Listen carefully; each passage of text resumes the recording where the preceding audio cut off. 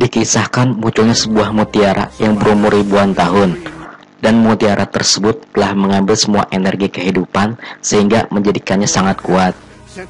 Tetapi karena energi yang diambil terlalu buruk sehingga mengubahnya menjadi iblis yang jahat. Untuk itu dikirimlah dua orang murid Buddha untuk membasmi iblis tersebut. Yang pertama saya sebut aja si gendut. Ini orangnya. Ia menaiki seekor babi sebagai kendaraannya. Ia juga memiliki sifat yang bodoh, pelupa, dan mudah untuk dikelabui.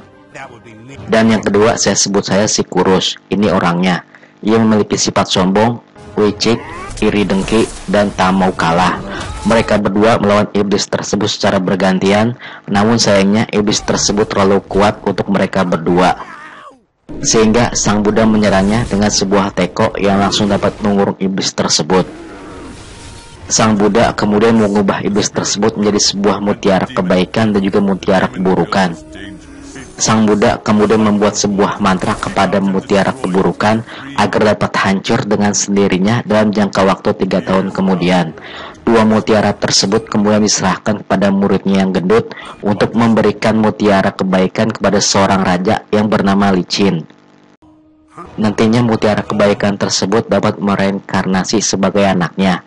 Atas penugasan Buddha kepada si gendut membuat si kurus menjadi iri karena Buddha akan memberikannya hadiah bila telah sukses melaksanakan tugasnya.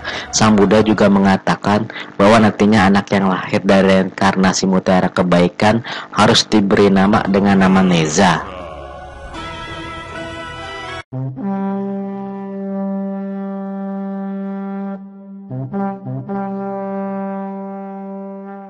Kisah pun dimulai dari si gendut yang menaiki kendaraan berupa babinya yang akan menuju ke sebuah desa di mana sang raja yang bernama Licin tinggal.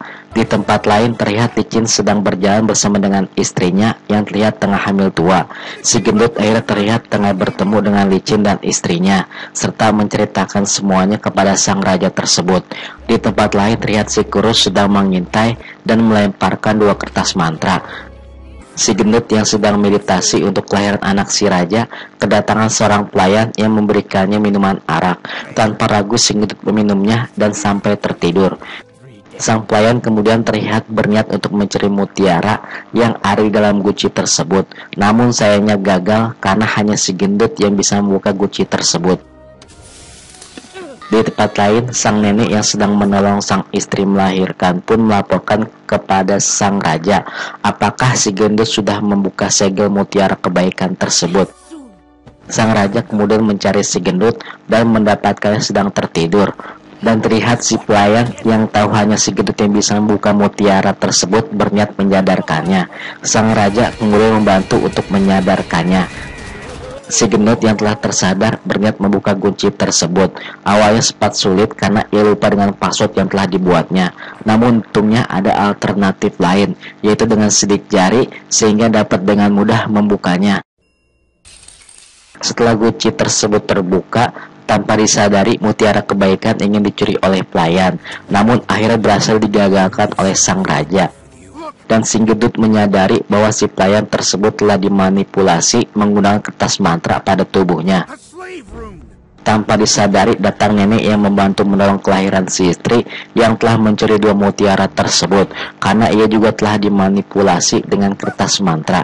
Ia kemudian memasukkan mutiara keburukan kepada reinkarnasi persalinan istri raja. Sedangkan mutiara kebaikan diberikan kepada si kurus. Tak lama kemudian sang istri terdengar telah melahirkan dan terlihat wajah anaknya begitu menakutkan dan langsung membuat keonaran.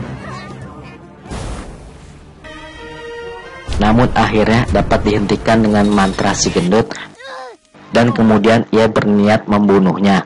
Namun ternyata hal tersebut dihalangi oleh sang bundanya dan mengatakan bahwa walaupun anaknya terlahir dengan kutukan yang menakutkan, namun ia sangat menyayanginya dan akan membesarkannya. Akhirnya sang raja membuat perjanjian kepada para penduduk bahwa anaknya akan terus tetap di dalam rumah dan berjanji kepada para penduduk akan mengadilinya dengan adil jika suatu kelak melakukan kesalahan kepada orang lain. Si gendut pun bercerita bahwa anak tersebut tidak akan hidup lebih dari 3 tahun karena gurunya telah memberikan mantra penghancur terhadap mutiara keburukan tersebut. Sang bunda sempat terkejut dan pingsan dengan penjelasan si gendut. Sang raja berniat pergi untuk menemui guru si gendut dan memintanya menghilangkan mantra penghancur tersebut. Di lain tempat, si Kurus pergi untuk menemui siluman naga yang telah dikurung di dalam lautan. Di dalam lautan tersebut, si naga memberikan sebuah telur untuk dimasukkan reinkarnasi mutiara kebaikan. Dan tak lama kemudian, telur pun menetas dan berubah menjadi seorang anak kecil yang akan diasuh oleh si Kurus dan menjadikannya murid. Di tempat lain, si gendut dan Raja Licin terlihat telah pergi untuk menemui sang Buddha untuk memintanya menghapus mantra penghancur terhadap anaknya. Namun sayangnya di tempat tersebut si gendut tidak bertemu dengan gurunya dikarenakan sedang pergi ke tempat lain dan hanya bertemu dengan penjaga pintu sang Buddha. Penjaga tersebut mengatakan bahwa mantra tersebut tidak dapat dihapus. Sang raja yang mendengar hal tersebut merasa sedih. Beberapa tahun kemudian, Neza pun terlihat sudah besar. Terlihat juga bangunan rumah yang sudah hancur berantakan. Hal tersebut lantaran dirinya kesepian karena dirinya tidak diperbolehkan untuk keluar rumah dan tidak ada orang yang mau berteman dengannya. Terlihat pula ibunya yang telah selesai menjalankan misi untuk membasmi siluman langsung menemuinya dan berusaha untuk menghiburnya dengan mengajaknya bermain. Di sini terlihat Neza yang usianya kurang dari 3 tahun sudah mempunyai kekuatan yang begitu besar. Namun tak lama kemudian ibunya harus pergi karena terjadi sesuatu dengan para penduduk yang telah diserang oleh siluman ikan. Neza terlihat murung kembali, namun ibunya harus pergi untuk menjalankan tugas tersebut. Di sini terlihat rumah Neza telah dilindungi semacam pelindung magic sehingga tidak ada seorang pun yang dapat menembusnya, bahkan oleh Neza yang mempunyai kekuatan yang besar. Pelindung magic ini dijaga oleh dua makhluk bodoh yang seperti kodok ini. Ini dia makhluknya. Tanpa disadari, Neza telah berhasil keluar rumah setelah membuat dua makhluk bodoh tersebut dikerjai oleh Neza. Penduduk kampung terlihat sangat ketakutan dengan Neza yang telah berhasil keluar rumah. Ia langsung membuat keributan dengan menakut-nakuti semua penduduk. Neza sempat ingin dikerjai oleh dua anak-anak sebayanya. Namun sayang, Neza bukanlah lawannya dan malah menyerangnya dengan menendang batu yang sangat besar. Untung saja si gendut berhasil menyelamatkan dua anak tersebut. Ayahnya yang sempat menyaksikan secara langsung perbuatan Neza sangat marah dan menyuruh bawahannya untuk mengurung Neza di rumah jangan sampai keluar. Di tempat lain si gendut, ayah dan ibu Neza sedang berdiskusi. Akhirnya si gendut memutuskan untuk mengangkat Neza menjadi muridnya sehingga akan membantu orang tuanya membasmi siluman suatu saat nanti. Keesokan paginya, Neza masuk ke dalam lukisan mantra yang telah dibuat oleh si gendut. Di sini Neza diajari beberapa mantra oleh si gendut. Tetapi ternyata semua mantra yang diajari oleh si gendut dapat dipelajarinya dengan sangat mudah. Bahkan Neza dapat dengan mudah mengerjai si gendut dengan teknik mantra yang telah diajarinya. Tak lama kemudian ayah serta ibunya datang untuk melihat hasil latihannya. Di sini Neza memperlihatkan kilas balik kehidupannya sewaktu kecil, bagaimana orang-orang mengasingkan dirinya dan juga menganggapnya sebagai siluman yang berbahaya. Ayahnya kemudian mengatakan kepadanya bahwa dirinya merupakan reinkarnasi mutiara kebaikan, sehingga dirinya adalah orang yang bisa mengalahkan iblis nantinya dan mempunyai tanggung jawab yang sangat besar. Dengan perkataan ayahnya, Neza akhirnya berniat menjadi orang yang akan membasmi siluman untuk membantu orang tuanya nanti. Di sini terlihat Neza sedang latihan membasmi siluman dan diberi pinjaman senjata oleh si gendut berupa tongkat api dan juga kain terbang. Namun sayangnya dengan membunuh siluman, Neza tanpa segan membunuh banyak penduduk.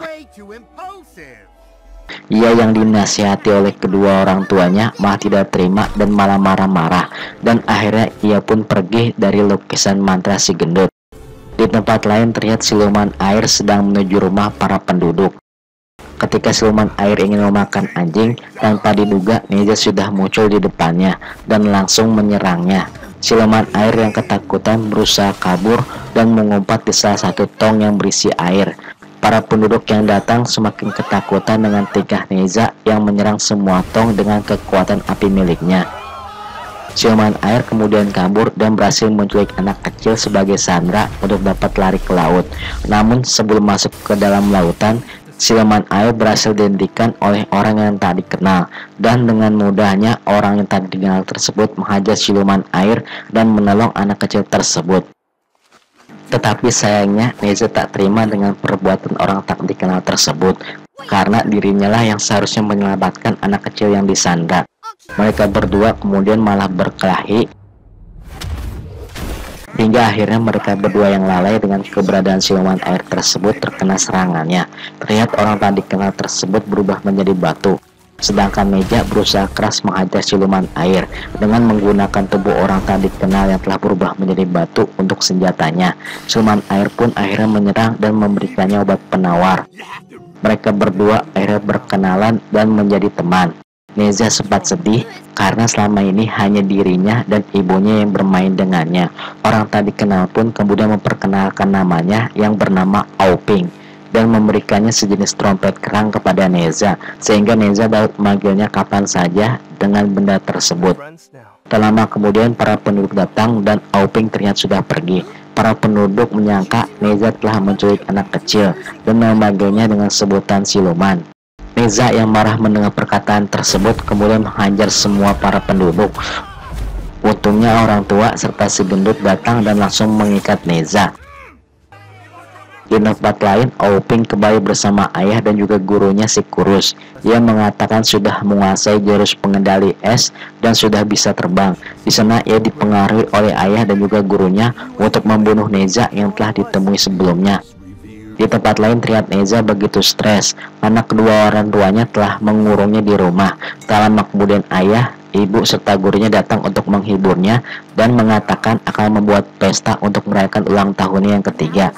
Neza sempat berpura-pura tidak peduli dengan acara tersebut, padahal dirinya begitu senang dan langsung membuat sebuah surat undangan pesta yang akan dikirimkannya kepada Auping. Esoknya Neza pergi ke pinggir pantai dan memanggil Auping untuk mengundangnya datang ke acara ulang tahunnya. Auping yang telah kembali ke tempat tinggalnya di lautan berniat akan menyerang tempat tinggal Neza.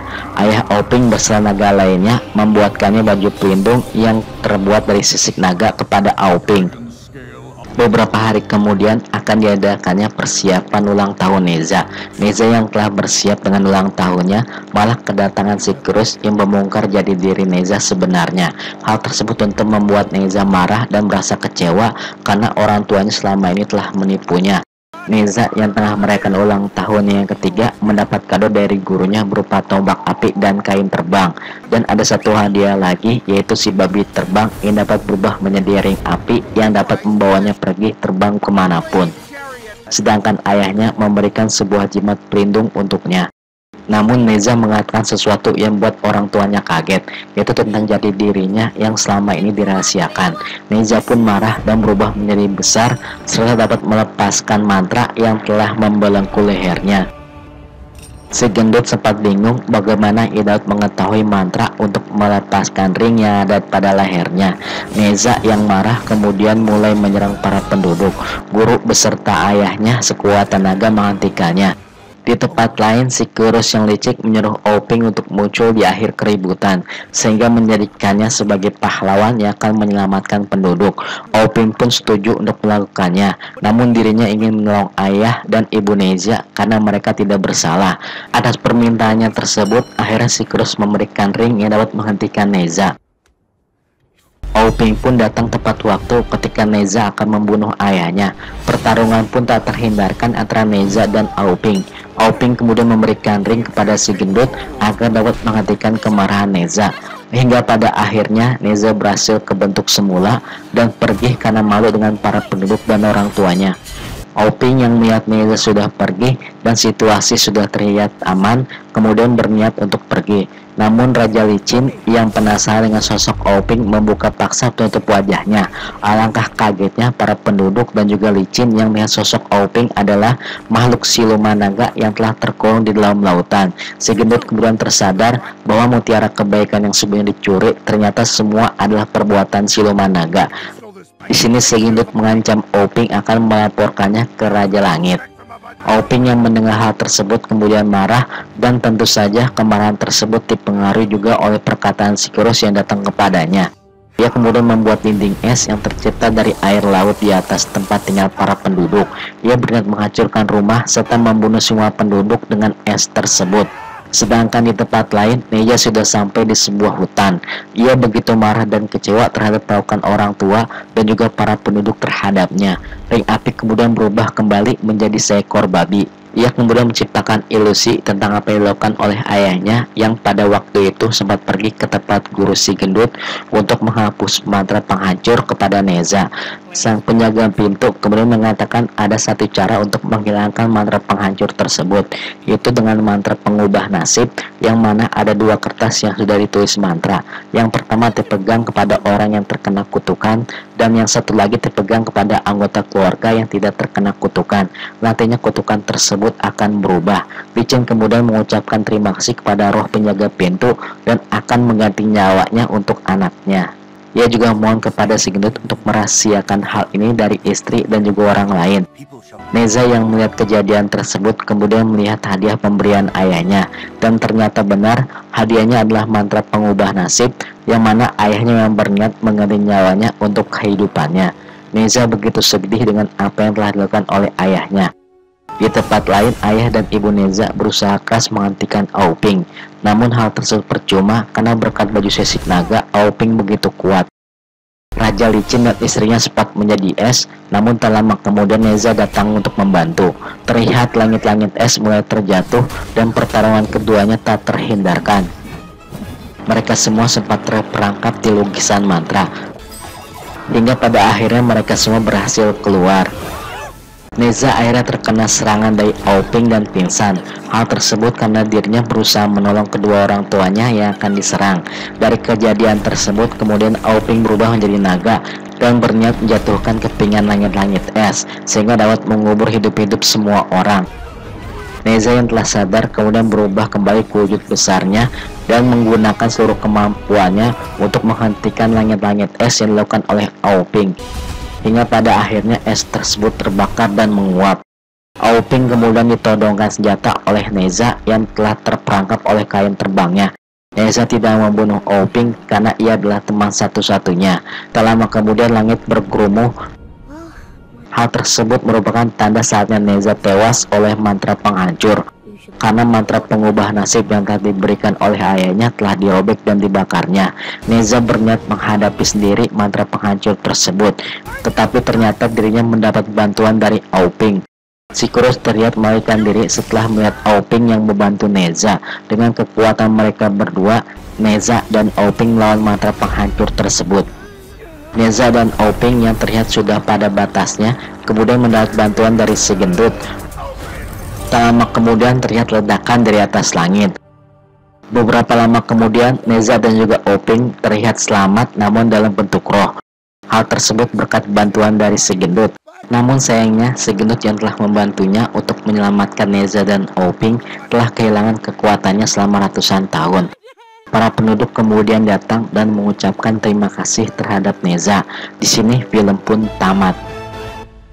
Di akhir film terlihat film ini mempunyai kelanjutan yang mana Sikurus melaporkannya kepada siluman naga, dan terlihat pula naga lainnya telah muncul dan telah mempunyai rencana lain.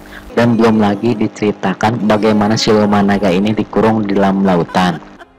Mungkin itu saja alur film saya pada video kali ini. Jangan lupa untuk like, share, dan subscribe channel ini untuk mendapatkan notifikasi video terbaru dari saya. Terima kasih.